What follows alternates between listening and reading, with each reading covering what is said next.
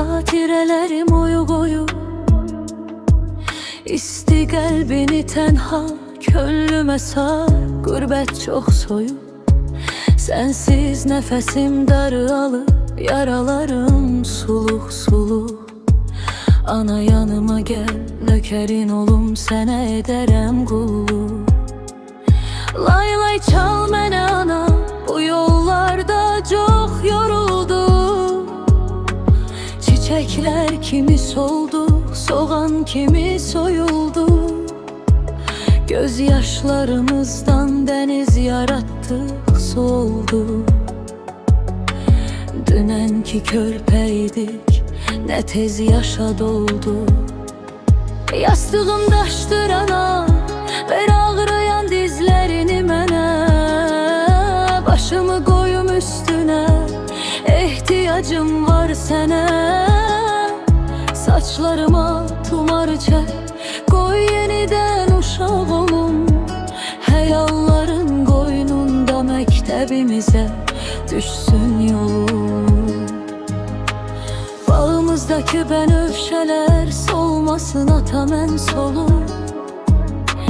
Kəndimizdə yıxılım, sıyrılsın dizim qolum. Nənəm təndirə çörək yapsın, əpəkdən yerim doyum. Atamın qucağına atılım, boynuna sarılsın qolum. Qəlbimə zuhur eylə ana, qeyb olub sağım solum. Saraylar komam olmuş ana, ver mənə köksünü. Öpmək istəyirəm baxışlarımdan gen düşən gözünü. Gözlərimə bax, görmək istəsən gəncliyini, özünü.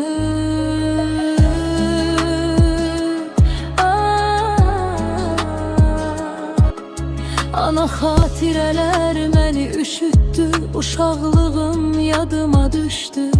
Pəncərəmə ay qonub, baxıram gecə üçdür.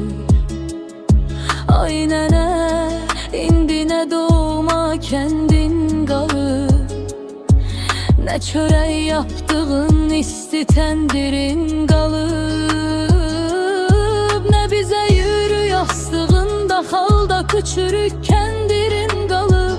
İri çal qayırdığın tut, ağacımızı qurd yeyir. Qoz ağacımız kəsilir, xan çinarımız boynun əyir.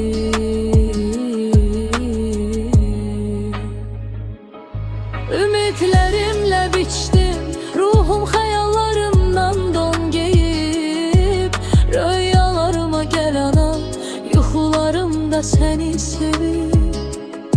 Röyalarıma gəl ana, yuxularımda səni sevib. Röyalarıma gəl ana, yuxularımda səni sevib.